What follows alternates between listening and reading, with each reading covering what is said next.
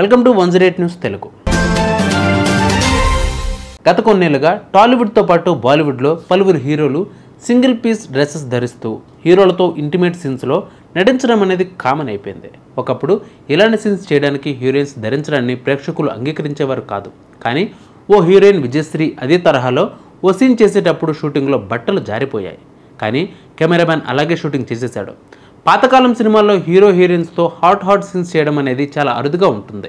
అలాంటి సీన్స్లో యాక్ట్ చేయడానికి నటీనటులు సంశయించేవారు. ఇప్పటి జనరేషన్లో చాలామంది హీరోయిన్స్ ఇలాంటి సీన్స్లో యాక్ట్ చేయడానికి నిస్సంకోచంగా నగ్నంగా యాక్ట్ చేయడానికి వెనకాడడం లేదు. కానీ అప్పట్లోనే విజయశ్రీ అనే నటి ఓ సీన్లో అనుకోకుండా నగ్న సన్నివేశంలో నటించింది. సౌత్ యాక్ట్రెస్ విజయశ్రీ తెలియక ఓ సీన్లో చేసిన చిన్న తప్పు వల్ల ప్రాణాలను విడిచిపెట్టాల్సి వచ్చింది. కేవలం 21 ఏళ్ల చిన్న వయసులోనే ఆత్మహత్య చేసుకుంది. నేటికి ఆమె మరణానికి సంబంధించి అనేక ప్రశ్నలు జవాబు లేవు. అప్పట్లో అందరికీ డ్రీమ్ గర్ల్ విజయశ్రీ. అప్పట్లో ఆమెను సౌత్ మార్లిన్ మన్రో అని పిలిచేవారు. 1953లో జన్మించిన విజయశ్రీ 12 ఏళ్ల వయసులోనే చితి అనే తమిళ సినిమాతో హీరోయిన్గా తన కెరీర్ను ప్రారంభించింది. తన నటనతో ప్రేక్షకుల హృదయాలను గెలుచుకుంది. 1973లో ఈమె పొన్నవరం కొట్ సినిమాపై చేస్తోంది.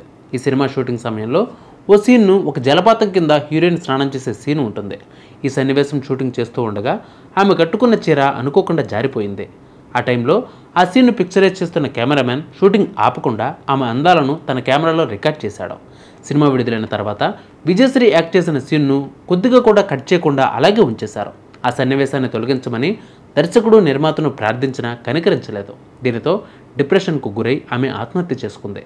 అప్పట్లో ఈ విషయం సంచలనం సృష్టించింది. ఆ తర్వాత నిర్మాత దర్శకులపై అప్పటి సినీ పరిశ్రమ చర్యలు తీసుకున్నట్లు సమాచారం ఉంది. కానీ ఎంతవరకు తీసుకున్నదనేది మనకు సమాచారం లేదు.